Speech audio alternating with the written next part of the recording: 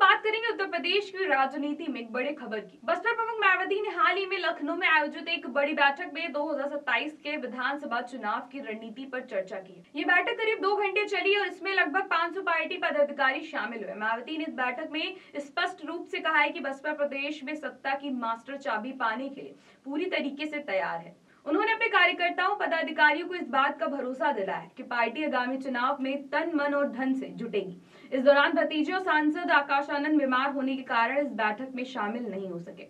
बैठक में मायावती ने 9 अक्टूबर को लखनऊ में आयोजित पार्टी रैली की सफलता के लिए पदाधिकारियों और कार्यकर्ताओं का धन्यवाद किया। उन्होंने कहा कि इस रैली में पार्टी कार्यकर्ताओं ने पूरी ईमानदारी और आत्मनिर्भरता दिखाई है। उन्होंने विरोधी दलों विशेषकर सपा और कांग्रेस द्वारा सरकारी मशीनरी के उपयोग के आरोपों पर करारा जवाब दिया और इसे खिसियानी बिल्ली खंबा नोचे वाला रवैया बताया। मायावती ने कहा कि बसपा राजनीतिक ईमानदारी की पार्टी है और इसे कभी भी बड़े पूंजीपतियों या किसी धन्ना सेठ के इशारे पर नहीं चलाया गया।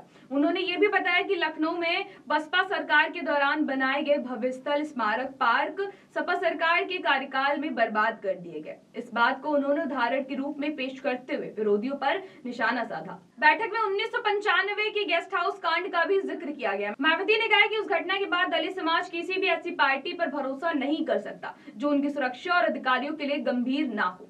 यही कारण है कि बसपा के लिए संगठन को मजबूत करना और जमीन पर उतरकर कार्यकर्ताओं के साथ जुड़ना बेहद जरूरी है। 9 अक्टूबर को कांशीराम परिनिर्वाण दिवस पर लखनऊ में आयोजित शक्ति प्रदर्शन में 2.5 से 3 लाख लोग शामिल हुए थे। मायावती ने बताया कि इस भारी भीड़ ने पार्टी का उत्साह और जोश बढ़ाया है। उन्होंने स्पष्ट किया कि वो स्वयं मंडलों में जाकर संगठन को मजबूत करेंगे। वही भतीजे आकाश आनंद पूरे प्रदेश में सभाएं करके पार्टी की पहुंच बढ़ाएंगे। इसके अलावा बसपा भाईचारा कमेटियों के माध्यम से मुस्लिम, अति पिछड़े, दलित और ब्राह्मण समुदाय को जोड़ने की रणनीति भी तैयार कर रही है।